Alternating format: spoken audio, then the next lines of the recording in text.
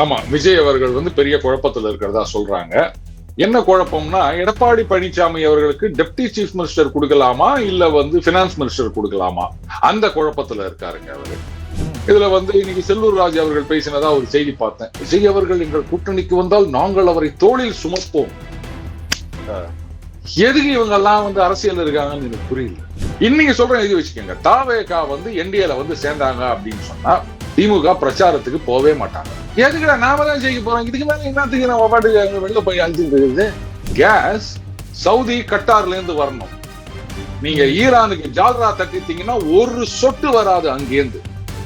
அறிவு இருக்குதா இவங்களுக்கு எல்லாம்? ஈரானுக்கு சப்போர்ட் பண்ணல, அதனால அவன் திறந்து உள்ள அப்படின்னு சொல்லி இருக்கிறாங்களே, கொஞ்சமாவது மூளை யோசிப்பாங்களா மாட்டாங்களான்னு எனக்கு தெரியல. ஏன் ஒன்றிய அரசை தான் கேள்வி கேட்பீங்களா, மாநில அரசை கேள்வி கேட்க மாட்டீங்களா? வெக்கம் கட்ட டோலர்கள், நோட்டுக்கும் ஓட்டுக்கும் சீட்டுக்கும் விலை போன டோலர்கள், வெக்கம் கட்ட ஜென்மங்களா. எதுக்குடா அங்க ட்ரீட்மெண்ட்டுக்கு போறீங்க நீங்க?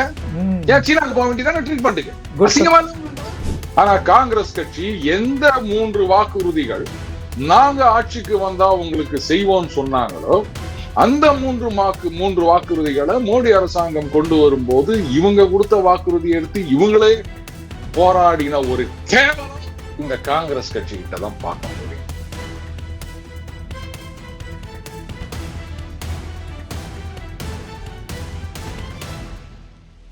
தென்னவன் மீடியா நேயர்களே வணக்கம். இன்று மீண்டும் நம்முடன் டெய்லி பஞ்ச் அருண் இணைந்திருக்கிறார். அவர் இன்னைக்கு நிறையவே பஞ்ச் கொடுக்க போறாருன்னு எதிர்பார்க்கிறேன். நீங்க வந்து என்னோட சேனலுக்கு சப்ஸ்கிரைப் செய்யாம பார்த்துட்டு இருந்தீங்கன்னா சப்ஸ்கிரைப் பண்ணுங்க. ரொம்ப நன்றி. வணக்கம் அருண். வணக்கம் சிவா. வணக்கம் வணக்கம் வணக்கம். ஒரு பெரிய அட்வென்ச்சர் முடிச்சிட்டு வந்திருக்கேன்னு தான் சொல்லணும். புரியுது. ஏன்னா இன்னைக்கு கூட லோக்சபால வந்து பிஎம்ஐயும் காணும், எல்பிஜியும் காணும் அப்படின்னு லோக்சபா, அதாவது பார்லிமெண்ட்ல இந்தியா முழுக்க இந்த பிரச்சனை இருக்கிறதா வந்து எதிர்கட்சியினர் எடுத்துட்டு வராங்க. நீங்க சொல்லுங்க, உங்க அனுபவம் எப்படி இருந்துச்சு? எல்பிஜிய காணும் அப்படின்றத விட இந்தியாவில வந்து பாதிக்கு மேற்பட்ட நாடுகள்ல எல்ஓபிய காணும் தான் சொல்றாங்க. லீடர் ஆஃப் அப்போசிஷன் இன் லோக்சபா அவரைத்தான் காணும். அமித்ஷா அவர் ரொம்ப அழகா சொல்றாரு, 5 வருஷத்துல 240 தடவை வெளில போயிட்டு வந்தாரு, எங்க போயிட்டு வந்தாரு தெரியாது அப்படின்னு. சரி, வெளிநாடு போறதுதான் எங்க போறதுன்னு தெரியாம ரகசியமா இருக்குது அப்படின்னு சொன்னா, இங்க உள்ளூர்லயே வந்து சைனீஸ் எம்பசிக்கு போனதை ரகசியமா திட்டுத்தனமா எப்படி வேணா சொல்லலாம், போயிட்டு வந்தவர் தானே ராகுல் காந்தி. அதனால இந்த மாதிரி எல்லாம் பேசுறதுக்கு கேள்வி கேட்கறதுக்கு எல்லாம் காங்கிரஸ் கட்சியில யாருக்குமே அருகதை இல்லை அப்படின்னு தான் நான் சொல்லுவேன். ரைட். இன்னைக்கு என்ன அட்வென்ச்சர் அப்படின்னா, நேத்து ஈவினிங்ல இருந்து பாத்தீங்கன்னா பேனிக் பையிங். அப்படியே பெட்ரோல் பங்க்ல எல்லாம் வந்து அழுதுங்க கூட்டம். நேற்றுக்கு ஆக்சுவலா நான் வந்து பெட்ரோல் போடலாம் அப்படின்ட்டு போனேன். எப்பவுமே வந்து நான் மினிமம் ஒரு 200 கிலோமீட்டருக்கு பெட்ரோல் வச்சுப்பேன் சிவா. இந்த தடவை வந்து என்னோ தெரியல, ரைட்டு போய்க்கலாம் அப்படின்னு விட்டுட்டேன் நான். நேத்துக்கு பாத்தீங்கன்னா அதுக்குள்ள எங்க குரூப்ல போடுறாங்க, ஐயோ இந்த பெட்ரோல் பங்க் மூடிட்டாங்க, அங்க மூடிட்டாங்க அப்படி அப்படின்னா. நான் சொன்னேன், ஏன் போயிட்டு இது மாதிரி பண்றீங்க, அது பாட்டுக்கு வரப்போகுது அப்படின்னா. அதுல வேற ஒருத்தர் கேட்டாரு, ரியாலிட்டியை பத்தி பேசுங்க, நாளைக்கு நான் வண்டியில போக முடியுமா அப்படின்னாரு. ஏன் டெய்லி 100 ரூபாய் பெட்ரோல் போட்டு தான் நீ வந்து ஆபீஸ் போயிட்டு வரியா கார்ல? மினிமம் ஒரு 500 ரூபாய்க்காவது போட்டு வச்சிருக்க மாட்டியா? தள்ளிட்டு போ அப்படின்னு. சரி, இன்னைக்கு காலையில நான் கிளம்பும் போது சிவா, அந்த ரிசர்வ் பொசிஷன் வச்சு பார்க்கும்போது மேக்சிமம் எனக்கு ஒரு 40-45 கிலோமீட்டர் தான் இன்னைக்கு. அவ்வளவுதான் நான் டிராவல் பண்ண முடியும். அண்ட் நான் வந்து போயிட்டு வர்றதுக்கு 90 கிலோமீட்டர் ஆகும். நம்பிக்கையோட போனேன். இதெல்லாம் வந்து பேனிக் பையிங், நோ ஷார்டேஜ், தாராளமா பெட்ரோல் கிடைக்கும் அப்படின்ட்டு. காலையில இங்கேருந்து கிளம்புறேன், ஒண்ணு நோ ஸ்டாக்னு க்ளோஸ் பண்ணிருக்கு, இல்லைன்னா மினிமம் 100 பைக்கு 50 கார் நிக்குது. இதுதான் பொசிஷன். இன்னைக்கு கிட்டத்தட்ட இங்கேருந்து சிட்டி ஃபுல்லா நான் சுத்தி இருக்கேன். இன்ஃபேக்ட் 2 மணிக்கு வந்து இன்னொரு சேனலுக்கு போகும்போது அதுதான் பொசிஷன். அப்படியே வந்து கூட்டம் அள்ளுது, கவலையே படலை. திரும்பி வரும்போது ஜிஎஸ்டி ரோட்ல ட்ரைடன் ரோட்ல நான் வரேன். அங்க 3 பெட்ரோல் பங்க் இருக்கு, ஹெச்பி இருக்கு, பிபி இருக்கு, இந்தியன் ஆயில் இருக்கு. போறேன், ஒவ்வொரு அந்த இதுக்கு அந்த பெட்ரோல் கன்னுக்கு கிட்டயும் 2 பேர் 3 பேர் தான் இருக்காங்க. ஒரு இதுல யாருமே இல்லை. கேட்டா பவர் பெட்ரோல் அப்படின்னா, அதனால என்னப்பா போடு, என்னப்பா அதுவும் பெட்ரோல் தானே அப்படின்னா. நான் பாட்டுக்கு பெட்ரோலை ஃபில் அப் பண்ண, ஏர் செக் பண்ண, நான் பாட்டுக்கு கிளம்பி வந்தேன். வர வழியில எல்லாம் பாத்தீங்கன்னா நிறைய திறந்துருக்கு. இன்ஃபேக்ட் கேஸ் தட்டுப்பாடு அப்படின்னு சொன்னாங்க. அந்த கீழ்கட்டளை பல்லாவரம் ரேடியல் ரோடு கட்டிங்ல சூப்பர் கேஸ் ஒரு அவுட்லெட் இருக்கு. அங்க பாத்தீங்கன்னா ஒரே ஒரு ஆட்டோ தான் கேஸ் போட்டுக்கிறாங்க. அவங்க பாட்டுக்கு மீதி அட்டண்டன்ட்ல ரீல்ஸ் பார்த்துக்கிறாங்க.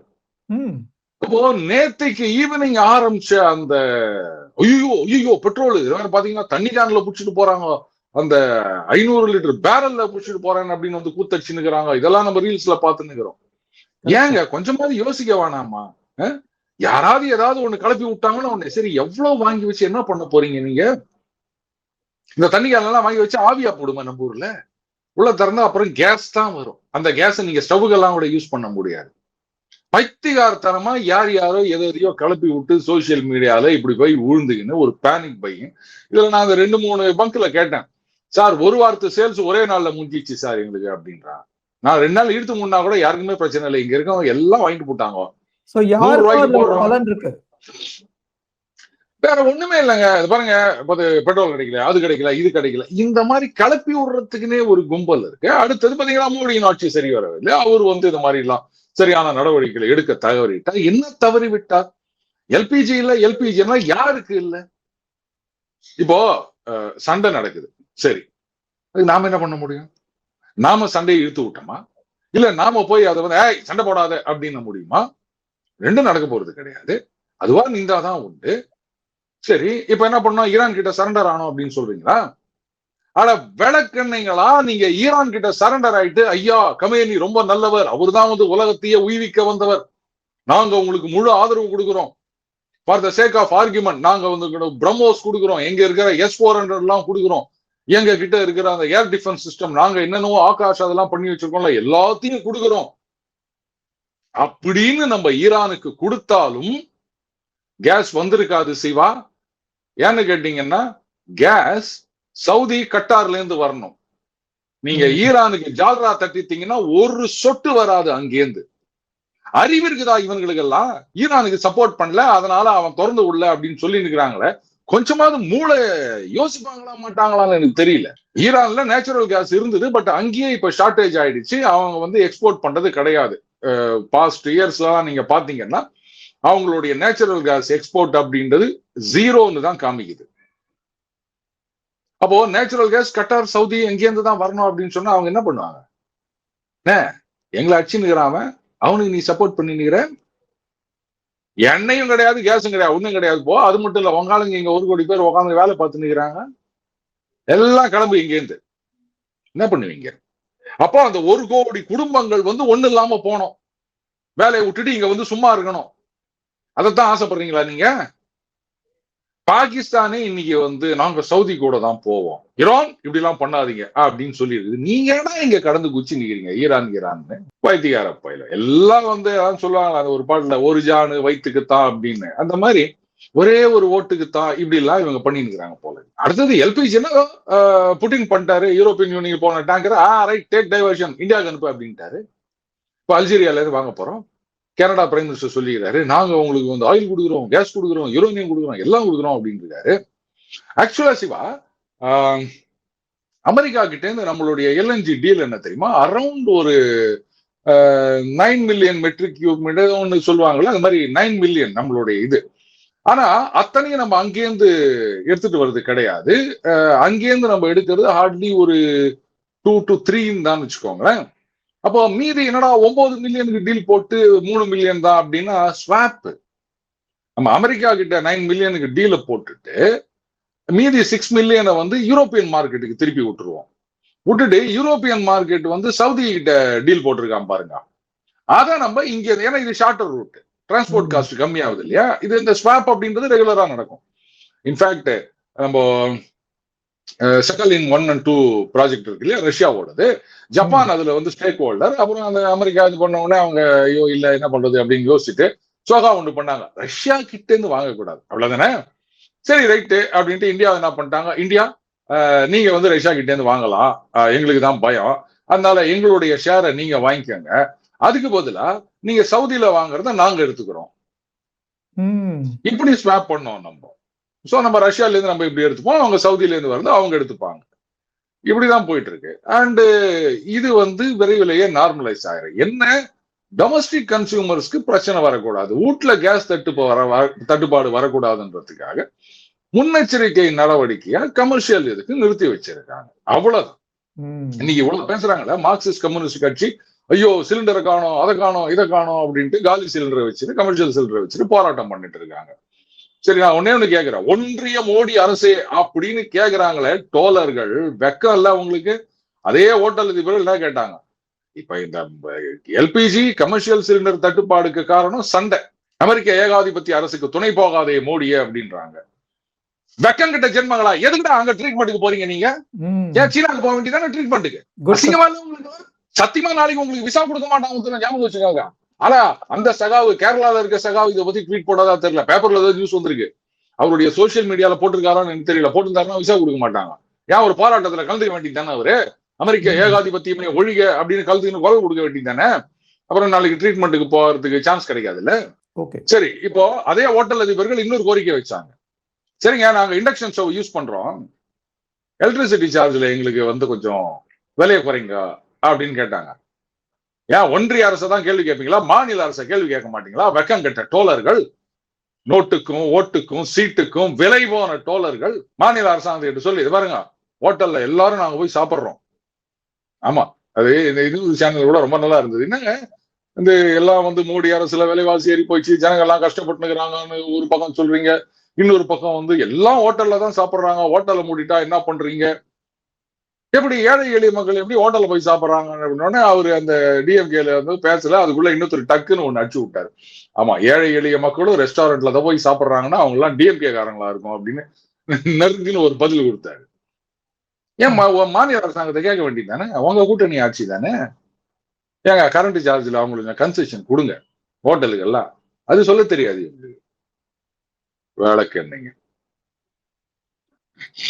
அருண், இதே மாதிரி மோடி ஆட்சியில 1.5 லட்சம் விவசாயிகள் வந்து தற்கொலை பண்ணிக்கிட்டு தான் இன்னைக்கு வந்து அமைச்சர் ரகுபதி ஒரு பெரிய குற்றச்சாட்டை மாதிரி வச்சிருக்காரு.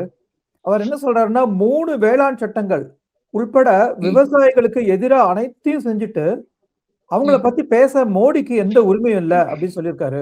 அதை பத்தி என்ன நினைக்கிறீங்க? சரி, முதல்ல இவருக்கு வந்து கொஞ்சம் படிக்கிற பழக்கத்தை ஏற்படுத்திக் கொள்ள வேண்டும் அப்படின்னு நான் வேண்டுகோள் வைத்துக் கொள்கிறேன். நீங்க வந்து வேற எதுவும் படிக்க வேண்டாம், உங்களுடைய கூட்டணி கட்சி அவங்களுடைய தேர்தல் அறிக்கையை படிச்சாலே போதும், வேற எதுவும் வேண்டாம். 2019 காங்கிரஸ் கட்சியினுடைய தேர்தல் அறிக்கையில அண்ணன் அந்த எட்டர்னல் பிஎம் இன் வெயிட்டிங் அவருடைய புகைப்படத்தை போட்டு விவசாயிகளுக்கு எங்களுடைய வாக்குறுதிகள் அப்படின்னு சொல்லிட்டு ஒரு சில வாக்குறுதிகளை கொடுத்திருந்தாங்க.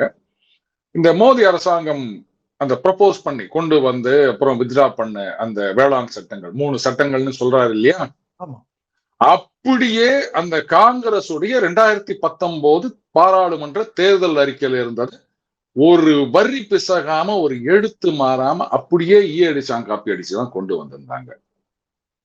கொஞ்சமாவது வெக்கம் மானம் சூடு சொரணை இருந்தா இதெல்லாம் எதிர்த்து குரல் கொடுத்திருப்பாங்களா காங்கிரஸ்காரங்க? நீங்க கொடுத்த வாக்குறுதியை இன்னும் தங்க நிறைவேற்றிருக்காங்க. என்ன சொல்லிருக்கணும், பாத்தீங்களா எங்க ஸ்கீமுக்கு ஸ்டிக்கர் ஒட்டிட்டாங்க, அட்லீஸ்ட் அந்த அளவுல வந்து விண்வெளி நாயகனுக்கு கொஞ்சமாவது ஏதோ இருந்திருக்கு. நாங்க 1000 ரூபாய் கொடுக்குறோம்னு சொன்னோம், அதை வந்து திமுக உரிமை தொகைன்னு கொடுத்துட்டாங்க. சரி, யாரோ கொடுத்தாங்க, அது வரைக்கும் சந்தோஷம் அப்படின்னு பெருந்தன்மையா பாராட்டிட்டு போனார். அவர்கிட்ட இருக்க ஒரு நல்ல விஷயம் எதுன்னு கேட்டா எனக்கு இதுதான் ஞாபகம் வருது. ஆனா காங்கிரஸ் கட்சி எந்த 3 வாக்குறுதிகள் நாங்க ஆட்சிக்கு வந்தா உங்களுக்கு செய்வோம்னு சொன்னாங்களோ அந்த 3 வாக்குறுதிகளை மோடி அரசாங்கம் கொண்டு வரும்போது இவங்க கொடுத்த வாக்குறுதியை எடுத்து இவங்களே போராடின ஒரு கேவலம் இந்த காங்கிரஸ் கட்சி கிட்ட தான் பார்க்க முடியும். அப்போ விவசாயிகளை ஒழிப்பதற்காக இந்த சட்டங்களை கொண்டு வந்தார் அப்படின்னு அமைச்சர் சொன்னதா சொல்றீங்களே, ஒருவேளை காங்கிரஸ்க்கு 2019 சான்ஸ் கொடுத்திருந்தா அவங்க அதையே தானே பண்ணிருக்க போறாங்க. இல்ல காங்கிரஸ் வாக்குறுதி கொடுத்தா அதெல்லாம் நிறைவேற்றாதுங்க, என்னங்க நீங்க இப்படி எல்லாம் பேசுறீங்க அப்படின்னு நீங்க கேட்க போறீங்களா? 1.5 லட்சம் விவசாயிகள் தற்கொலை செய்து கொண்டார்கள். விவசாயம் எப்படி மத்திய அரசாங்கம் மட்டும்தான் இது பண்ணிட்டு இருக்கா? மாநில அரசாங்கத்துக்கும் விவசாயத்துக்கும் எந்த சம்பந்தமும் கிடையாதா? சொல்லிட்டு போயிருங்க. இது பாருங்க, விவசாயம் வந்து மத்திய அரசோட கண்காணிப்புல இருக்கிறது. விவசாயிகளுக்கு எதுவாக இருந்தாலும் அது வந்து மத்திய அரசாங்கம் தான் பொறுப்பு. அதனால விவசாயிகள் நாங்க வந்து மாநில அரசாங்கம் இதை செஞ்சோம் அதை செஞ்சோம் அப்படின்னு யாரும் பேசக்கூடாது. ஒத்துப்பாரா? விவசாயிகளுக்காக தனியா பட்ஜெட் போடுறோம்னு சொன்னாங்க திமுக. மத்திய அரசாங்கம் தானெல்லாம் வந்து விவசாயிகள் தற்கொலை செய்து கொண்டார்களா? நீங்க என்னத்துக்கு பட்ஜெட் போட்டுக்கிறீங்க? உங்களுக்கு அதுக்கு எந்த சம்பந்தமும் கிடையாது. விவசாயத்துக்கும் மத்திய அரசாங்கத்துக்கும் தானே ஒரே தொடர்பு. தொடர்பு இல்லாத விஷயத்துல நீங்க எங்க பட்ஜெட் போடுறீங்க? அதாவது மக்கள் எல்லாம் முட்டாள்கள்னு நினைக்கிறாரு அவரு. அவனுக்கும் ஒண்ணும் தெரியாது, நம்ம என்ன சொன்னாலும் கேட்டுட்டு இருப்பானுங்க, தலையாட்டிட்டு போவானுங்க அப்படின்னு நினைச்சிருந்தா அப்புறம் என்ன பண்ண முடியும்? இந்த 2 கேள்விக்கு அவர் பதில் சொல்லட்டும். காங்கிரஸ் அவங்களுடைய பாராளுமன்ற தேர்தல் வாக்குறுதியில கொடுத்த 3 விஷயங்கள் தான் சட்டம் ஆகிச்சு. அப்ப இது விவசாயிகளை ஒழிப்பதற்காகனா, அப்ப விவசாயிகளை ஒழிப்பதற்காக இதை வாக்குறுதியிலேயே கொடுத்த காங்கிரஸ் கட்சியோட கூட்டணி வச்சீங்களா? அப்ப விவசாயியை ஒழிக்கிறதுக்காகத்தான் நீங்க கூட்டணி வச்சீங்களா? 2019 நம்மளுடைய துரதிருஷ்டம், காங்கிரஸ் கட்சி ஆட்சிக்கு வந்திருந்தால் இதே வாக்குறுதி அவங்க சட்டமா கொண்டு வந்திருப்பாங்களே, அப்ப விவசாயிகள்லாம் அழிஞ்சு போயிருப்பாங்களே. அதுக்கு திமுகவும் உடந்தையாக இருக்கிறதுக்காகத்தான் நீங்க வந்து அவங்கள பிரைம் மினிஸ்டரியல் கேண்டிடேட்டா ப்ரொஜெக்ட் பண்ணீங்களா? மத்திய அரசாங்கம் தான் விவசாயத்தை பார்த்துக் கொள்கிறது, விவசாயிகளை பார்த்துக் கொள்கிறது, விவசாயிகளுக்கு மத்திய அரசாங்கம் தான் பொறுப்பு அப்படின்னா நீங்க என்னத்துக்கு தனியா பட்ஜெட் போடுறீங்கோ? நாங்க விவசாயிகளுக்கு அதை பண்ணோம் இதை பண்ணோம் அப்படின்லாம் யாரும் பேசாதீங்க. எல்லாமே டைரக்ட் ஒன்றிய அரசு சொல்லிட்டு போயிருங்க. இதை ஒத்துக்குன்னா ரைட், மோடி தான் பொறுப்புன்னு நான் சொல்றேன். போதுமா சிவா? Good good. அருண், இப்ப திமுக கூட்டணியில தொகுதி அலோகேஷன் நடந்துட்டு இருக்கு. நம்ம ஒவ்வொரு நாளும் ஒரு ஒரு விதமான நியூஸ் பாக்குறோம். இப்ப வந்த தேமுதிகக்கும் முரண்டு பிடிச்ச காங்கிரஸுக்கும் கொடுக்கிற அக்கறையை பார்த்து அங்க ஏற்கனவே இருக்கிற கட்சி மதிமுக, விசிக, கம்யூனிஸ்ட் அவங்க எல்லாம் வந்து ஒரு விதமான கடுப்புல இருக்காங்களே. நம்ம மதிமுக பார்த்தோம், அவங்க வந்து என்னெல்லாமோ கேட்டாங்க. கடைசியில ரொம்ப முக்கியமா மும்மரமா மீட்டிங் போடுறேன்னு சொல்லிட்டு மீட்டிங் போட்டு முடிச்சுட்டு காலில் விழுந்துட்டாங்க. விசிக இன்னும் ரொம்ப கடுப்புல இருக்காங்களா? அதை விட முக்கியமான விஷயம் என்னன்னா, மக்கள் நீதி மையம் அவங்க வந்து தேமுதிகவோட நாங்க போன தடவை அதிகமா சதவீதம் வாங்கின இடத்தெல்லாம் நீங்க தேமுதிகக்கு ஒதுக்கிறதுக்கு முன் வரீங்க, எங்களுக்கு வந்து டபுள் டிஜிட் கூட கொடுக்க மாட்டேங்கிறீங்களே அப்படின்னு அவங்க கேட்கறாங்களா? இந்த விஷயத்துக்கு திமுகக்கு நீங்க ஏதாவது ஒரு ஒரு எப்படி இதை சமாளிக்கலாம் அப்படின்னு சஜஸ்ட் பண்ணுங்களேன். இத இந்த பிரச்சனை வரும் அப்படின்றத 2 வருஷத்துக்கு முன்னாடியே சொன்னவன் தான். என்ன பண்றது, சமயங்கள்ல நம்ம ட்ரம்பட்டை நம்மளே ஊதிக்க வேண்டியதுதான். நம்ம இதுக்காக வந்து 200 ரூபா 300 ரூபா கொடுத்து அண்டா குண்டா டபரா செட் எல்லாம் வாங்குற அளவுக்கு எல்லாம் நமக்கு வசதி கிடையாது சிவா. சந்தர்ப்பம் கிடைக்கும் போது அப்பப்போ அப்படியே நம்ம பெருமையை நம்மளே பாடிக்க வேண்டியதுதான். இந்த விஷயத்துல நாங்க வந்து உலக நாயகன் மாதிரி. 2024 தேர்தலுக்கு முன்னாடி சொன்னேன், பாஜக 5 இடத்துல ஜெயிக்க விடுங்க, அதுவும் கூட்டணி கட்சிகள் எதிர்த்து போராடுற மாதிரி இருக்க இடத்துல நீங்க வந்து பாஜகவை ஜெயிக்க விட்டீங்கன்னா 2026 எல்லா கூட்டணி கட்சிகளும் உங்களோட சரண்டர். இங்க வந்து திமுக வெர்சஸ் பாஜக அப்படின்னு களம் மாறிட்டு இருக்கோம். அதிமுக ஒண்ணு இல்லாம போயிருக்கும். சோ இங்க பாஜக அப்படின்னு ஹேண்ட்ஸ் டவுன் நீங்க வந்து ஜெயிக்கலாம். கூட்டணி கட்சிகள் ஒன்னும் பேச முடியாது, ஏன்னா எதிர்க்க போறதுக்கு இடம் இருக்காது, அதிமுக கிடையாது. அண்ட் இந்த நேரத்துல தாவேகா வந்ததுனாலும் செல்லுபடி ஆகாது. அதிமுக இல்லைன்னு போது அந்த இடத்த நாங்க பிடிக்கலாம் வர முடியாது. ஆல்ரெடி 5 இடத்துல ஜெயிச்சிட்டாங்கன்னா பாஜக வந்து கட கட கடன்னு விசுரூபமா எடுத்திருப்பாங்க.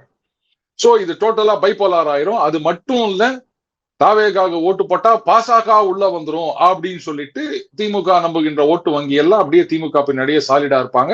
கூட்டணி கட்சியில எங்கேயும் போக முடியாது, எந்த பிரச்சனையும் இருக்காது. இவங்க கொடுக்கறத வாங்கிக்கின்னு காங்கிரஸ் உங்களுக்கு பஞ்சாயத்துல 2 சேர்மன் கொடுக்குறேன், இதுல கேட்காதீங்க அப்படின்னாலும் அவங்க பாட்டு கழுத்து போட்டு போவாங்க அப்படின்னு அருமையான ஒரு ஆலோசனையை சொன்னேன். அது சரி, நம்ம ஆலோசனையை வந்து நம்ம வீட்டுல இருக்கவங்களே கேட்க மாட்டாங்கன்னும் போது நாட்டுல இருக்கவங்க யாரு கேட்க போறாங்க? அதை கேட்டு இருந்தாங்கன்னா இன்னைக்கு இந்த பிரச்சனையே வந்திருக்காது. சரி ரைட்.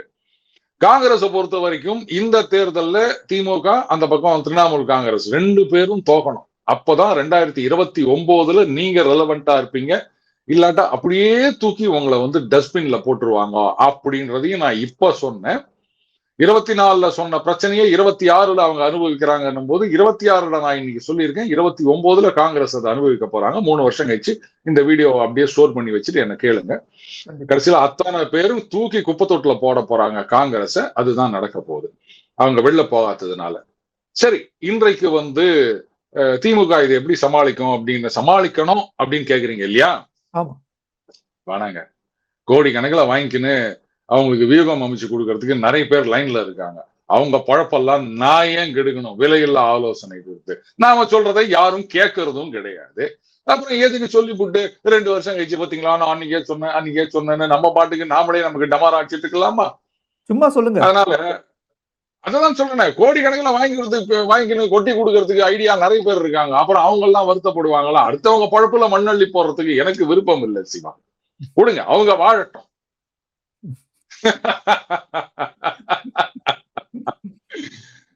எத்தனை காலத்துக்கு தான் விலையில்லா ஆலோசனையை கொடுத்துட்டு இருப்போம்? விலை இல்லாம கொடுத்தீங்கன்னா அதுக்கு மதிப்பு இருக்காது சிவா. சரி, உங்களுக்கு வெள்ளையோட வந்து சீக்கிரம் வரணும்னு நான் கேட்டுக்கிறேன். பட் வெள்ளையா? பச்சை. கருப்பா இல்லாத வரைக்கும் ரொம்ப பெட்டர் சார். ஆனா அது பச்சையோ இல்ல ஆரஞ்சோ நீலமோ, கருப்பு தான் பெட்ரு. கருப்பு தான் எனக்கு பிடிச்ச கலரு. சார், ஈடிக்கு கருப்பு பிடிக்காது, ஞாபகம் வச்சுக்கோங்க. ஈடி என்னங்க ஈடி? நாங்கெல்லாம் வந்து இடியையே பார்த்தவர்கள். ஈடி எல்லாம் ஒரு பெரிய விஷயமா? நீங்க அண்ணன் ஆர்எஸ் பாரதி கேட்டுக்கிறாரு, நாங்க ஏதாவது ஊழல் செஞ்சிருந்தோம்னா ஈடி சும்மா விட்டுருக்குமா அப்படின்னு கேட்டுக்கிறாரு. அப்ப ஏதோ ஊழல் பண்ணதுனாலதான் வந்து அரவிந்த் கெஜ்ரிவால் சும்மா விடலையா? சரி, நீங்க சொல்றது சமாளிக்க போறது இல்ல, இதேதான் அவங்க தொடர போறாங்க அப்படின்னு தெரியுது. நம்ம அடுத்த கேள்விக்கு போவோம். இப்ப வந்து விஜய் வந்து என்டிஏ கூட்டணிக்குள்ள வான்னு இழுக்கிறாங்க. அப்படிதான் வந்து நமக்கு வந்து பல விதமான தகவல் வருது. அது அப்படி ஒரு பக்கத்துல வச்சுப்போம். அவரும் குழப்பத்துல இருக்கிற மாதிரி சொல்றாங்க. எடப்பாடி சொன்ன மாதிரி ஒருவேளை பிள்ளையார் சுழியை வந்து அவங்க போட்டுடுவாங்க அப்படின்னு வந்து தேர்தல் கிழமையே வெயிட் பண்ணிட்டு இருக்கு. சோ பவன் கல்யாண் மட்டும்தான் ரூட் போடுறாரா, இல்ல வேற ஏதாவது வந்து ரூட்ஸும் இருக்கா? ஏன்னா விஜய்க்கு வந்து 50 சீட் கொடுக்க எடப்பாடி தயாரா இருக்காரா? சோ தாவேகாக்குள்ள இது பக்கம் ஒரு பட்டிமன்றமே ஓடுதா? நீங்க வந்து நடுவரா இருந்து 2 பக்கத்தையும் இவாலுவேட் பண்ணி ஒரு தீர்ப்பை கொடுங்க. ஆமா, விஜய் அவர்கள் வந்து பெரிய குழப்பத்துல இருக்கிறதா சொல்றாங்க. என்ன குழப்பம்னா, எடப்பாடி பழனிசாமி அவர்களுக்கு டெப்டி சீஃப் மினிஸ்டர் கொடுக்கலாமா இல்ல வந்து பினான்ஸ் மினிஸ்டர் கொடுக்கலாமா, அந்த குழப்பத்துல இருக்காருங்க அவரு. மற்றபடி வேற எதுவும் குழப்பம் கிடையாது. ஏன்னா அதான் சொன்னாங்க இல்லையா, ஆண் இடையாளர் பெண் இடையாளர் அப்படின்ற மாதிரி, ஆண் சிஎம் பெண் சிஎம், 2 ஆண் சிஎம்முக்கு அங்க இடம் இல்லை. அதே மாதிரி அமைச்சர்கள் ஆண் அமைச்சர் பெண் அமைச்சர், ஆண் எஸ்பி பெண் எஸ்பி, ஆண் கலெக்டர் பெண் கலெக்டர், இப்படித்தான் வந்து எல்லாம் பண்ண போறாங்க. சோ ஆண் சிஎம் அந்த தரப்புல தளபதி வந்துருவார். இது தளபதினா அந்த முக ஸ்டாலின் தளபதி இல்ல, இளைய தளபதி விஜய் வந்துருவாரு. பெண் சிஎம் கேட்டகரிக்கு தான் யாருன்னு பார்க்கணுமே தவிர அதுல எடப்பாடியார் வர முடியாது. So ruled out. Deputy CM கொடுத்தா ஏத்துப்பாரா இல்ல விவசாய மந்திரி கொடுத்தா ஏத்துப்பாரா, அந்த குழப்பத்துல இருக்கிறதா சொல்றாங்க. இதுல வந்து இன்னைக்கு செல்லூர் ராஜு அவர்கள் பேசினதா ஒரு செய்தி பார்த்தேன். விஜய் அவர்கள் எங்கள் கூட்டணிக்கு வந்தால் நாங்கள் அவரை தோளில் சுமப்போம். எதுக்கு இவங்க எல்லாம் வந்து அரசியல் இருக்காங்கன்னு எனக்கு புரியல. பாக்குற ஜனங்க காரி துப்ப மாட்டாங்க? ஏங்க இந்த மாதிரி வந்து தரந்தாழ்ந்து போய் நிக்கிறாங்க? அடுத்தவங்களை சுமக்கிறதுக்கு தானே இவங்க அரசியல் பண்ணி நிக்கிறாங்க. இப்படி எல்லாம் இருந்தா அப்புறம் என்னத்த பண்றது? இதுல நாங்க தான் ஆட்சியை பிடிக்க போறோம், மக்கள் முடிவு செய்து விட்டார்கள் திமுக ஆட்சியை அகற்றுவதற்கு அப்படின்னு. சரி, ரைட்டு, முடிவு பண்ணிட்டாங்க. அப்ப அந்த இடத்துல நீங்க வரணும் அப்படின்னா ஏதாவது பண்ணணும்ல. நீங்க அதை விட்டுவிட்டு அவர் வரணும் அங்கேயே உட்காந்து நிக்கிறீங்க. அவரு சேர்த்து வச்சுன்னு என்ன பண்ண போறீங்க நீங்க? இன்னைக்கு சொல்றேன், எழுதி வச்சுக்கோங்க. தாவேகா வந்து என்டிஏல வந்து சேர்ந்தாங்க அப்படின்னு சொன்னா திமுக பிரச்சாரத்துக்கு போவே மாட்டாங்க. பிரச்சாரத்துக்கு போவே மாட்டாங்க. எதுக்குடா நாம தான் ஜெயிக்க போறோம், இதுக்கு மேல என்னத்துக்கு நம்ம பாட்டுக்கு அங்க வெளில போய் அழிச்சுட்டு இருக்குது அப்படின்னு அவங்க பாட்டுக்கு அப்படி ஹாயா அவங்க படுத்துக்கொண்டே ஜெயிப்போம் அப்படின்வாங்க. ஒண்ணு போயிட்டு அவங்க வருவாங்க. இதுல ஆளுங்கட்சி விளம்பரங்கள் அப்படின்னு அவங்க பாட்டுக்கு அதிரடியா போட்டு நவுத்திட்டு இருக்காங்க. எந்த சேனல், அது மெயின் ஸ்ட்ரீம் சேனலா இருக்கட்டும், யூடியூப் சேனலா இருக்கட்டும், நீங்க social media main stream media எங்கேயாவது ஒரு வீடியோவை பார்த்தீங்கன்னா இந்த தமிழக அரசாங்கம், திமுக இல்ல, தமிழக அரசாங்கத்தோட விளம்பரத்தை பார்க்காம நீங்க தப்பிக்கவே முடியாது. ஒரு நாளைக்கு குறைஞ்சபட்சம் ஒரு 10ல இருந்து 20 தடவையாவது நீங்க அதை பார்த்தே தீரணும். ஒரு சில பாட்டு நல்லாவே இதுல பாஜக தரப்புல ஒரு விளம்பரம். ஏங்க இந்த மாதிரி எல்லாம் விளம்பரம் போட்டீங்கன்னா ஜனங்க அதை ரசிப்பாங்களா? இன்னும் அதான் அந்த அது என்ன படம், மின்சார கிணறு, நம்ம தாத்தா காலத்துல இருந்தே இந்த நாடா வச்ச ஜெட்டி தான் தயாரிக்கிறோம் பாப்பா. அந்த கஜோல் கிட்ட அந்த மேனேஜர் சொல்லுவாரு. அந்த மாதிரி விளம்பரம் கொஞ்சம் கேட்சியா இருக்கணும். திமுக என்ன அழகா, அது தமிழக அரசு விளம்பரம், திமுக விளம்பரம் இல்ல, அந்த மாதிரி பண்ணக்கூடாது. அந்த மாதிரி பண்ணக்கூடாது. இதெல்லாமா யாராவது ஒருத்தர் சொல்லி கொடுப்பாங்க? சரி ரைட்டு விடுங்க, விளம்பரம். இப்பதான் அவங்க பல படிகள் போன பிறகு இப்ப இந்திய அரசு சார்பில் இந்த விளம்பரம். சரி, அவங்க தொகுதியில அவங்க தேர்தல் களத்தை பொறுத்த வரைக்கும் அவங்க எம்எல்ஏக்கள் பெரும்பாலும் அவங்களுக்கு மறுபடியும் சீட்டு கிடைச்சிரும் அப்படின்ற நம்பிக்கையில அட்லீஸ்ட் அவங்க ஜெயிச்ச தொகுதிகளில் வேலையெல்லாம் ஆரம்பிச்சிட்டாங்க. அதே மாதிரி காங்கிரஸ் உள்ளிட்ட கூட்டணி கட்சிகள் அவங்க ஜெயிச்ச தொகுதி அப்படின்னு ஆரம்பிச்சிட்டாங்க. இப்போ அந்த என்டிஏ கூட்டணி ஜெயிச்ச தொகுதிகள் 21ல ஜெயிச்ச தொகுதிகள் தான் யார் வருவாங்க என்ன அப்படின்னு. பட் வேலையை அவங்க ஆரம்பிச்சிட்டாங்க. கேண்டிடேட் யாருன்னு தெரியாது. கூட்டணி ஒரு பக்கம் எல்லாம் கடகடன்னு கைது போட்டுக்கிறாங்க. அப்படி இருக்கச்ச நீங்க என்ன பண்ணணும்? முதல்ல அமமுக உள்ள சேர்த்துக்கினீங்க. அது ஒரு பெரிய இம்பாக்ட் கிரியேட் பண்ணிச்சு. ரைட்டு, சரியான நேரத்துல peeking at the right time அப்படின்ற மாதிரி ஒரு இம்ப்ரெஷனை கிரியேட் பண்ணிச்சு. என்ன பண்ணிருக்கணும்? அதை மேல வச்சு பில்டப் பண்ணிட்டு போயிருக்கணும்ல. இன்னும் பேச்சுவார்த்தை முடியல. யாருக்கு என்ன தொகுதின்னு தெரியாது. ஏன்னா இதுல பாஜக இருக்குது, பாமக இருக்குது, அமமுக இருக்குது. குறைந்தபட்சம் ஒரு 50-60 தொகுதிகள் அந்த பக்கம் போயிடும் கூட்டணிகளுக்கு. அது எந்த 60 தொகுதிகள்னு தெரியாது. அப்பதானே யார் நிக்க போறாங்கன்றது தெரியும். இப்ப இவங்க இந்த 60+ இந்த அதிமுக ஜெயிச்சவங்க அவங்க வந்துருவாங்க மோஸ்ட்லி. மீதி தொகுதிகளுக்கு யார் போட போறாங்க? அது யாருக்கு போகும் கூட்டணிக்கு? யாருக்குமே தெரியாதுல்ல. அட்லீஸ்ட் அதையாவது முதல்ல முடிச்சு விட்டது பாருங்க. நாங்க எல்லாத்துலயும் ப்ரிப்பேர்டா இருக்கோம். டக்கு டக்குன்னு நீங்க இப்பதான் எத்தனை சீட்டுன்றதே முடிவு பண்ணிருக்கீங்க. நாங்க எந்தெந்த சீட்டுக்கு யார் யாருன்னு முடிவு பண்ணிட்டோம். அவங்க வேலையை ஆரம்பிச்சிட்டாங்க அப்படின்னு ஏக்கதம் ஆகே அப்படின்னு ஆரம்பிச்சிருக்கணுமா வேணாமா? இன்னும் உக்காந்துக்குன்னு நீங்க வாங்க, நாங்க உங்களை தோல்ல சுமந்துக்கின்னு போறோம் இப்படியே சொல்லியிருந்தா சில பேர் சொல்ற மாதிரி இவங்களுக்கு ஜெயிக்கணும்ன்ற ஆசையே இல்லையான்னு தான் தோணுது சிவா. இந்த இந்தியன் பொலிட்டிக்கல் லீக்ல மேட்ச் பிக்சிங் நடக்குதான்னு எனக்கு சந்தேகமா இருக்குது. ஓகே, நீங்க பெண் சிஎம் பத்தி முந்தின பதில சொன்னீங்க. நான் அந்த பாயிண்ட் ஒரு டச் பண்ண விரும்புறேன். எதுக்குன்னா இப்ப பாமக நிறுவனர் ராமதாஸ் அவர் என்ன சொல்லியிருக்காருன்னா 15 ஆண்டுகள் பெண்கள் தான் முதலமைச்சரா வரணும், 234 எம்எல்ஏக்களும் பெண்களாவே இருக்கணும் அப்படிங்கிறாரு. சோ இவ்வளவு நாளா மகனை வாரிசா வச்சிருந்தவர் இப்ப மகளை வாரிசா கொண்டு வரதுனால ஒருவேளை இப்படி சொல்றாரோ?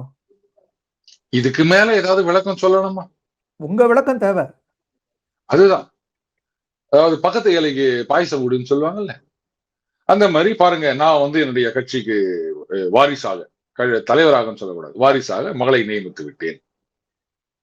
அதனால இவங்க தான் சிஎம் ஆனோம், ஒரு தடவை இவங்களுக்கு சான்ஸ் கொடுங்க சிஎம் ஆறதுக்கு அப்படின்னு கூட கேட்கலாம்.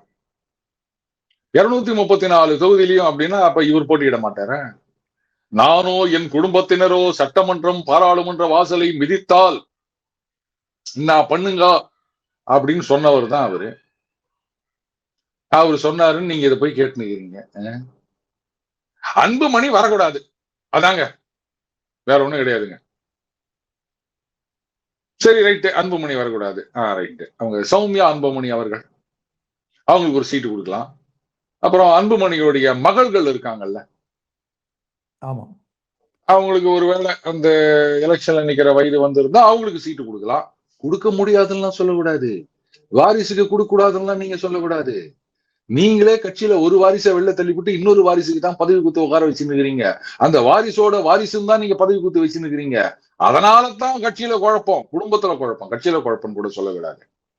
அதனால நீங்க சௌமியா அன்புமணி அவர்களுக்கோ இல்ல அவங்களது மகள்களுக்கோ சீட்டு கொடுத்தா நீங்க கேட்கவே கூடாது. சோ ஏதோ ஒண்ணு சொல்லணும், அவருடைய இருப்பை காண்பித்து கொள்ள வேண்டும். ஏன்னா இப்ப அவரு எங்கேயும் கூட்டணிக்கு போறதுக்கு வழி இல்லை. என்டிஏல சேர்க்க மாட்டாங்க, திமுகலையும் சேர்க்க மாட்டாங்க. இனிமே எங்கதான் போவார்? ஒரு தாவேகால போவார? அது இத்தனை வருஷமா அரசியல் பண்ணிட்டு நேத்து கட்சி கூட ஜூனியர் பாட்டரா போய் நின்றாங்கன்னா அதுக்கு சும்மாவே இருந்துட்டு போலாம். ஒருவேளை வைகோ அன்னைக்கு அவர்கள் சொன்ன மாதிரி நாங்கள் தேர்தலை புறக்கணிக்கிறோம் அப்படின்னு சொல்லிட்டு போயிடலாம். நான் ஒரு பெண் சிஎம் வரணும்னு சொன்னா 234 தொகுதியிலையும் பெண் எம்எல்ஏக்கள் வரணும்னு சொன்னா அதை யாரும் கேட்கல. அதனால நான் கொள்கை ரீதியாக இந்த தேர்தலை புறக்கணிக்கிறோம் இப்படி சொல்லிட்டு நல்லா இருக்குல்ல. சரி, டெய்லி ஒரு விலையில ஆலோசனை கொடுக்கணும் அப்படின்னு ஒரு வேண்டுதல். இன்னைக்கு நான் இதை சொல்லிட்டேன், போதுமா? Okay okay. இப்ப விஜய் பத்தி நம்ம பேசணும். அவரோட தஞ்சாவூர் மீட்டிங்ல தஞ்சாவூர்ல பேசுற போது அடுத்த ஜென்மத்துல விவசாயியா பிறக்க ஆசை அப்படின்னாரு. ஒருவேளை கோயம்புத்தூர்ல இந்த மீட்டிங் போடுறப்போ அவர் என்ன சொல்லுவாரு? நான் ஒரு மில்லு தொழிலாளியோட மகனா பிறக்க வேண்டும் அப்படின்னு சொல்வாரு. அதுக்கப்புறமா சென்னையில வந்தா என்ன, சென்னையில தான் இருக்காரு, அதனால அது வேண்டாம். அப்புறம் கன்னியாகுமரியில போனா நான் ஒரு மீனவரது மகனாக பிறக்க வேண்டும் அப்படின்வாரு. விவசாயி மகனாக பிறக்க வேண்டும்னா எதுக்காக சிவா? விவசாயம் பண்றதுக்கா? அதுக்கு நீங்க விவசாயி மகனா பிறக்கணும்னு அவசியம் கிடையாது. ஒரு 50 ஏக்கர் வாங்கிக்கோங்க, வேட்டியை மச்சு கட்டிங்கன்னு வயல்ல இறங்கி வேலை செய்யுங்க. யார் வேணான்றாங்க? விவசாயம் பண்றவங்க விவசாயி, அவ்வளவுதானங்க. விவசாயிங்கிறது ஒரு ஜாதி கிடையாது, இனம் கிடையாது. இல்ல, யார் வேணா விவசாயம் பண்ணலாம்ல. நிலம் இருந்தாலும் பண்ணலாம், இல்ல குத்தகைக்கு எடுத்தும் பண்ணலாம். பண்ணிட்டு போங்க. இதுக்கு என்னதுக்கு இன்னொரு ஜென்மத்துல வந்து விவசாயி மகனாக பிறந்து அப்படின்னு? அந்த கொக்கு தலையில வெண்ணையை வச்சு அதை அப்படியே உருகி வரும்போது நான் கொக்கு பிடிச்சிருவேன் அப்படின்னு நான் ஒருத்தன். அந்த மாதிரி இல்ல இருக்குது. ஓகே. இதே மாதிரி இன்னொருத்தர் இன்னொன்னு சொல்லியிருக்காரு. அதுக்கும் நீங்க தான் வந்து கொஞ்சம் விளக்கம் கொடுக்கணும். திமுக ஆட்சி வந்து ஆல்ரவுண்டர் ஆட்சி அப்படின்னு உதயநிதி சொல்றாரு. ஆல்ரவுண்டர் ஆட்சினா என்ன அருண்? ஆல்ரவுண்டர் ஆட்சி நல்லா இருக்கு. இது அதாவது ஆல்ரவுண்டர் கிரிக்கெட்ல அப்படின்னா அங்கதான் அந்த டேர்ம் யூஸ் பண்ணுவாங்க. பெரும்பாலும் ஆல்ரவுண்டர் அப்படின்னா பேட்டிங், பவுலிங், அது ரெண்டுத்தையும் வந்து பண்றவங்களை ஆல்ரவுண்டர் அப்படின்னு சொல்லுவாங்க. ஓகே, இது திமுக ஆட்சி ஆல்ரவுண்டர் ஆட்சி அப்படின்றத எப்படி பார்க்கலாம்னா, ஆளுங்கட்சியும் அவர்களே, எதிர்கட்சியும் அவர்களே. ஏன்னா அதிமுக பெரும்பாலான காலம் அவங்க வந்து சரியான எதிர்கட்சியா செயல்படவில்லை. இவங்களே எதிர்கட்சியாக செயல்பட்டு கொண்டார்கள். எப்படின்னா, ஏதாவது ஒண்ணு நடந்ததுன்னா இவங்களே ஒரு ட்வீட் போடுவாங்க. இந்த மாதிரி வந்து நடந்திருக்கின்றது. யாரே கவிதாயினி கனிமொழி அவர்கள் கைது செய்யப்படுவார்கள், இல்ல கைது செய்யப்பட வேண்டும், சட்டம் பூர்வமாக நடவடிக்கை எடுக்க வேண்டும். எதிர்கட்சியா இருக்கும்போது தான் இது மாதிரி சொல்லுவாங்க. ஆளுங்கட்சியா இருக்கும்போது இது மாதிரி சொல்லுவாங்களா? ஆனா இவங்க எதிர்கட்சியா இருந்து இருந்து என்ன சொல்லணுமோ அது ஆளுங்கட்சியா இருந்து செஞ்சு நிக்கிறாங்க. புரியுதுங்களா? அதனாலதான் அவங்க ஆல்ரவுண்டர் அப்படின்னு. எதிர்கட்சி அவங்க வேலையை சரியாக செய்யவில்லை. சோ அதனால ஒரு ஒரு ஒரு டோக்கன் இது அப்படின்னு சொல்லுவாங்கல்ல, அந்த மாதிரி ஒரு ட்வீட் மட்டும். நிஜமான எதிர்கட்சி போராட்டம் பண்ணிருப்பாங்க, அது இல்ல அப்படின்றதுனால ஒரு ட்வீட் போட்டு பார்த்தீங்களா சட்டப்படி நடவடிக்கை எடுக்க வேண்டும் அப்படின்னு அவங்களே சொல்லிப்பாங்க. இதைத்தான் நான் ஆல்ரவுண்டர் அப்படி சொன்னதா நினைக்கிறேன். சிவா, இதுக்கு மேல ஏதாவது சந்தேகம் இருந்தா நீங்க டெப்டி சிஎம் தான் கேட்கணும், என்ன கேட்கக்கூடாது. பாத்தீங்களா, எப்படியோ ஒரு கிரிக்கெட் கொஸ்டினை கொண்டு வரேன் உங்களுக்கு. உங்களுக்கு வந்து கிரிக்கெட்னா ரொம்ப ஆன்சர் பண்ண ரொம்ப பிடிக்கும் அப்படின்ட்டு.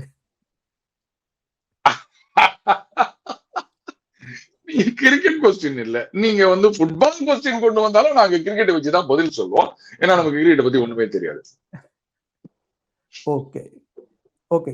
ஸோ நேயர்களே, உங்க கருத்துக்களை நீங்க வந்து கமெண்ட் செக்ஷன்ல பதிவிடுங்க. மேலும் ஒரு முறை அருணுடன் மீண்டும் சந்திப்போம். உங்களுடைய ஆதரவுக்கு நன்றி. சப்ஸ்கிரைப் செய்து மேலும் ஆதரவு தருமாறு கேட்டுக்கொள்கிறேன். வணக்கம். வணக்கம் சார். நன்றி சிவா, நன்றி.